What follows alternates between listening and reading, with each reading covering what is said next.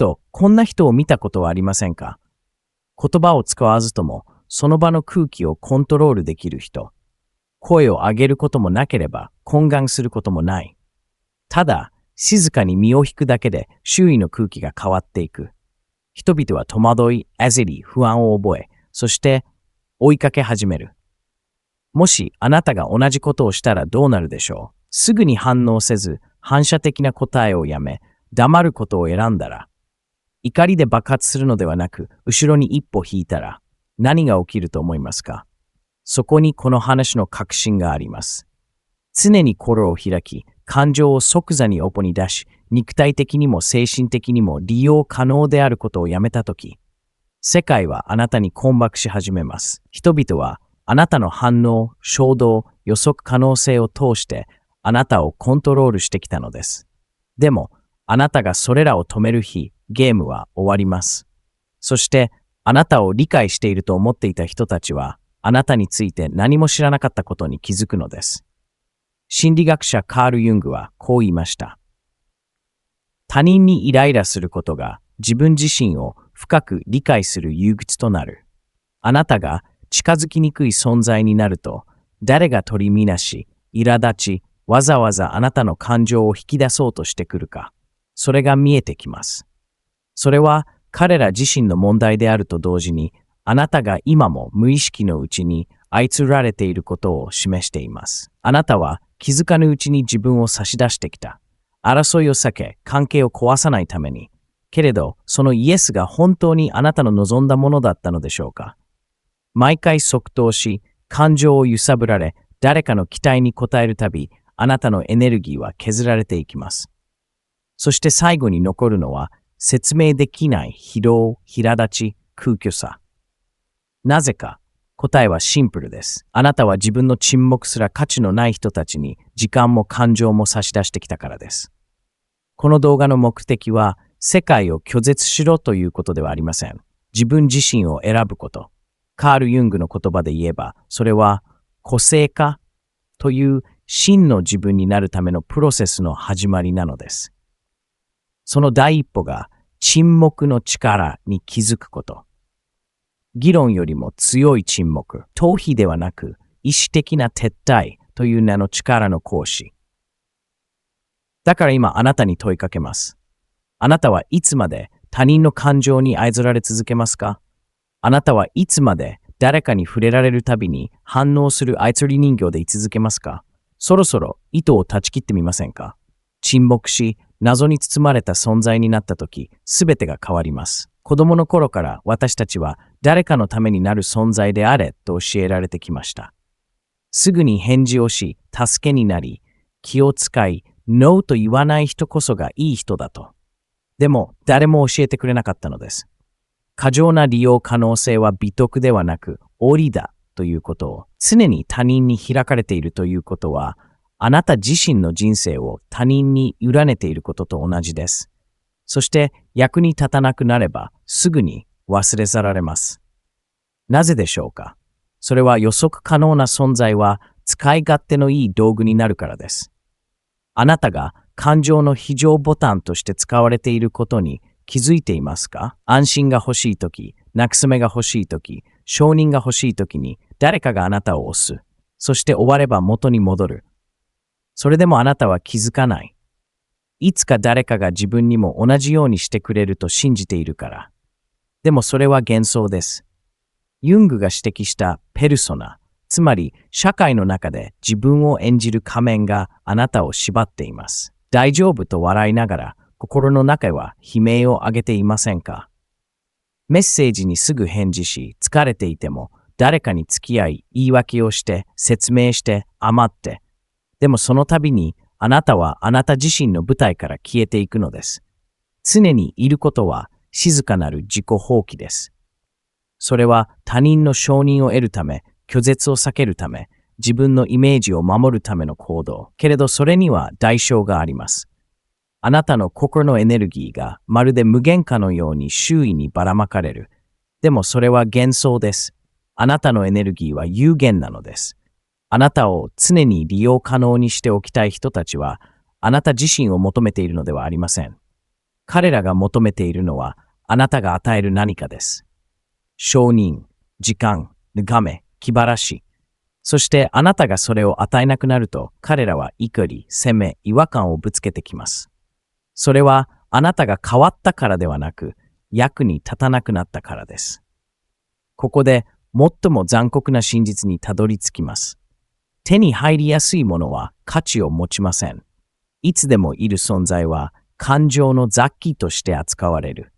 努力せずに手に入るものに誰も敬意を払いません。では、あなたの時間を本当に与えるべき相手は誰ですか？あなたの存在を受け取るに値するのは誰ですか？もっと言えば、あなたの不在こそが最も伝えるべきメッセージではないでしょうか。でもそれを理解する前に大切な問いがあります。私たちはなぜこんなにも反応してしまうのか？なぜすぐに答えてしまうのか？なぜイエスと言ってしまうのか？その答えは、ユングの概念、心的エネルギー、エネルギーにあります。第2部では、あなたのエネルギーがいかにして奪われているのか、そしてそれを守るために何ができるのかを深掘りしていきます。この内容が心に響いたなら、ぜひチャンネル登録をお願いします。次のパートでまたお会いしましょう。カール・ユングは心をただの反応装置とは見ていませんでした。彼にとって人間の心はエネルギーシステムです。思考、感情、行動、それぞれが心的エネルギーを消費している。では問いましょう。そのエネルギー、あなた自身が使い道を選んでいますか？それとも無意識のうちに他人や社会に奪われていますか？あなたが衝動的に反応するたび、エネルギーは失われていきます。無視してもいいはずの批判にわざわざ反応し、正しさを証明するために無益な口論に巻き込まれ、感情を消耗するだけの人間関係を維持しようと努力する。そのすべてがあなたの内なる力を無駄遣いしているのです。ユングはこう言いました。抵抗するものはむしろ強化される。つまり反応すればするほど、あなたはその相手や状況に縛られるのです。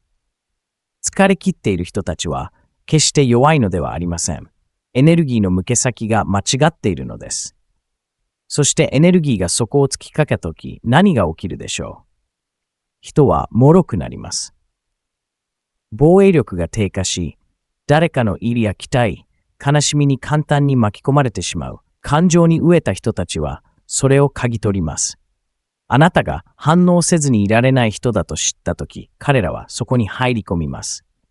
この人は私の不安に反応する。この人は私の悲劇に巻き込まれてくれる。そうやってあなたのエネルギーは都合のいい対象として吸い取られていくのです。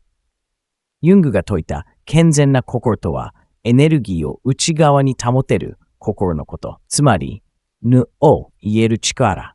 沈黙を保てる強さ、衝動の前に観察できる落ち着き。本当の力はすぐに動くことではなく、いつ、どう動くかを選べることにあります。その選択には自分自身を深く理解する力が必要なのです。思い返してみてください。眠れぬ夜を過ごした経験、誰かの言葉を何度も反芻し、どう言い返すべきだかを念み続けたこと、どうしてあんな態度を取られたのか、なぜ理解されないのかと、銅像巡りする思考。そのすべてが心のエネルギーを消耗させています。あなたがもう終わったはずの過去を引きずり、生きていない幽霊を心の中に残している間、あなたの力は少しずつ漏れ続けているのです。心のエネルギーはフォースフィールドのようなものです。しっかりと守られていれば、あなたは言葉を使わずとも存在感を放ちます。部屋に入るだけで場が整う。あなたの沈黙に相手が緊張する。でもそれが管理できていないと、あなたは見えなくなります。反応的になり、弱々しくなり、世界はそういう人に容赦しません。だから、今こそ自分自身に問いましょう。私はどこでエネルギーを失っているのか？何に対してすぐに反応してしまうのか？どんな言葉に無条件で心を乱されてしまうのか？何を聞くと自分の中心を見失ってしまうのか？そこにこそあなたの穴があるのです。そしてその穴からあなたの力が漏れていっている。この作業は冷たくなることでも無関心になることでもありません。それは選択的になること、自分自身に主権を取り戻すことなのです。ここでユングが残した最も深遠なメッセージの一つをご紹介します。あなたが自分のエネルギーを守るとき、他人があなたに投影していた幻想が壊れ始める。これが恐ろしいほどの真実なのです。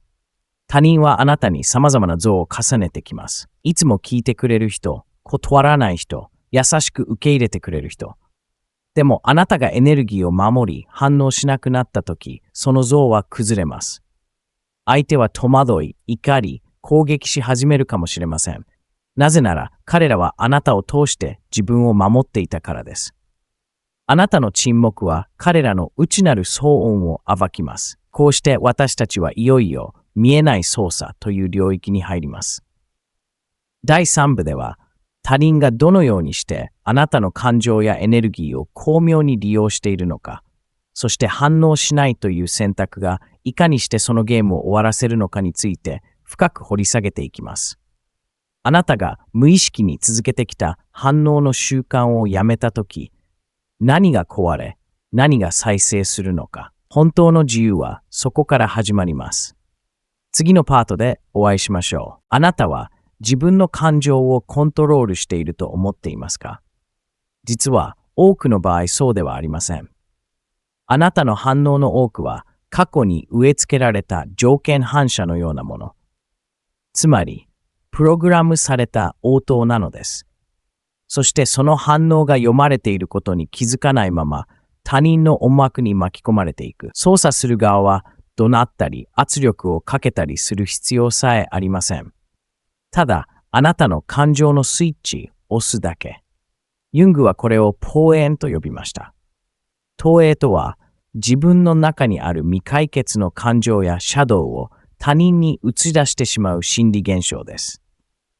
例えば、ある人があなたに怒りをぶつけてきたとします。それは本当はその人自身の中にある怒りや恐れ、弱さなのかもしれません。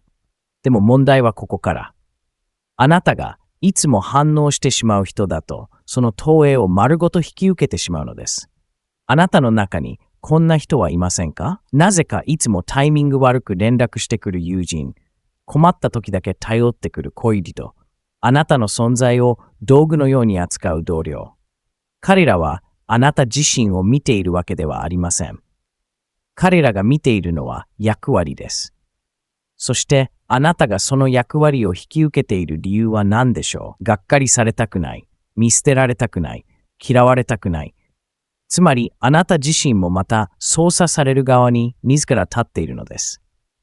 最も巧妙な操作は怒鳴り声ではありません。それは罪悪感という沈黙の中で起きます。尖ったら申し訳ない、助けなければならない、分かってあげなきゃいけない。そう信じ込んでしまったとき、あなたは自分を犠牲にし始めます。でも真実はこうです。操作する側はあなたを支配する必要すらない。ただ、あなたがいつも通りに反応してくれればいいのです。ではどうすればいいのか。反応を止めることです。ノーという、沈黙する、説明しない。それだけで相手の投影は崩れていきます。あなたにかぶせていた仮面が剥がれ、本当のあなたが見えなくなったとき、彼らは混乱し、恐れ、距離を取り始めます。それはあなたが間違っているからではありません。彼らがあなたという鏡を失い、自分自身を直視しなければならなくなったからです。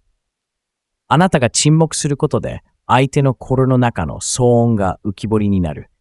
その時こそ、操作の連鎖が断ち切られる瞬間です。ユングはこう言いました。私たちは光のイメージを思い描くことで目覚めるのではない。闇を意識化することによってのみ、本当の覚醒が始まる。つまり、あなたが反応をやめ、感情の供給源にならなくなったとき、相手の中に眠っていた影が動き出す。それは相手にとってはとても不快で、時には攻撃的な反応を引き出すかもしれません。でも、それはあなたの責任ではありません。あなたがただ自分を守ったという結果に過ぎないのです。さて、ここで大切な問いがあります。あなたは誤解されることに耐えられますか？冷たい人だとみなされる。自己中心的だと非難される。変わってしまったと言われる。こうした言葉の裏には操作する側の焦りがあります。なぜなら、もうあなたが彼らの感情のスピーカーにはならなくなったからです。けれど、ここで逃げては意味がありません。その誤解の沈黙の中にこそ、新しい力が芽生えてくるからです。では、沈黙にはどんな力があるのでしょうか？第4部では、沈黙がいかにして感情の主導権を取り戻す武器になるのか、そして真の再生がどのように始まるのかについて掘り下げていきます。あなたが沈黙を選んだとき、世界はどう反応するのか、そしてあなたの内側で何が起きるのか。その答えは次のパートにあります。現代社会は常に騒がしくせわしない。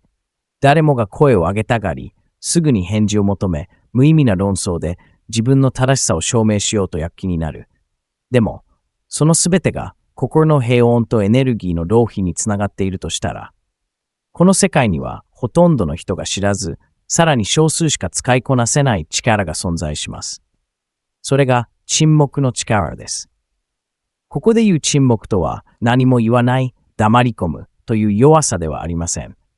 むしろそれは意識的で戦略的で透き通るように明晰な沈黙。それは声を出さずして語る力。消えるのではなく存在感を高める手段。ユングは沈黙を空白ではなく内的変容が起きる豊かな土壌だと捉えていました。沈黙を選ぶことであなたは初めて観察者になります。そして観察者になることで見えてくるものがあります。繰り返す感情のパターン。自らが巻き込まれていた操作の構図、そして自分自身が行っていた自己破壊のループ。沈黙が与えてくれるのは明晰さ。そしてこの明晰さこそが操作する者にとって最も危険なのです。あなたは気づいていますか？なぜ一部の人はあなたが沈黙した途端不安になり、連絡を繰り返し怒り始めるのか？それはあなたが話さないことで彼らが物語の支配権を失ってしまうからです。あなたが言葉を発する限り、彼らはその言葉を解釈し、編集し、操作できる。でも、あなたが沈黙した瞬間、彼らのコントロールは途絶たれます。あなたはゲームのルールそのものを変えるのです。本当の沈黙とは、声を出さないことではありません。それは、感情を操作されない力、他人のドラマに引き込まれない強さ、価値のない議論に心を捧げない選択。ユングは個性化、インディビジュエーションの過程において距離を置くことの必要性を何度も語っています。なぜなら沈黙こそが自分の声に耳を傾けるための唯一の空間だからです。でも、騙されないでください。沈黙には代償があります。あなたの沈黙はいつも優しかった人、理解してくれた人、便利な存在だった人、そういった役割しか見てこなかった人々を遠ざけることになります。あなたが話さなくなったとき、彼らはこう言うかもしれません。冷たくなった。変わってしまった。前のあなたの方が良かった。でもそれは本当のあなたを愛していたのではなく、自分にとって都合のいいあなたに執着していただけなのです。ここで一つの覚悟が必要になります。あなたの成熟が進めば進むほど、あなたは言葉に慎重になります。なぜなら、言葉とはエネルギーの投資であり、それを投げかける相手は選ばなければならないと心の奥で知っているからです。だからこそ沈黙は交代ではありません。それは主権の宣言。沈黙とは誰にも何も証明する必要のない人が話す最も強い言語なのです。沈黙の不快さは他人に自分自身の思考を直視させるからです。あなたが沈黙したことで相手の中の空虚さが不安になる。そしてそこには批判が飛んでくるでしょう。どうして返事をくれないの？無視するのは最低だ。あなたってそういう人だったの？でも、その言葉たちはあなたを責めているようでいて、実は相手の依存を告白しているに過ぎません。最も強い沈黙とは相手を動揺させるものではなく、あなた自身を内側から再構築するものです。誰かの期待ではなく、あなたの真実に沿って生きること、他人の評価ではなく自分の感性で判断すること、常に反応するのではなく意識して選ぶこと、そのすべてがあなたの魂のエネルギーを取り戻していくのです。けれど、ただ外の音を遮断するだけでは足りません。次にあなたが学ぶべきこと、それはエネルギーをどう使うかを自分で決める力です。どこに注ぐのか、どこに止めるのか、そしてどこには絶対に使ってはいけないのか。それを見極める知性と感性こそがあなたの人生を決めます。もし今あなたが自分のエネルギーを守りたいと感じているなら、自分の中心を取り戻したいと願っているなら、そのためにあなたが最初にできることはたった一つ。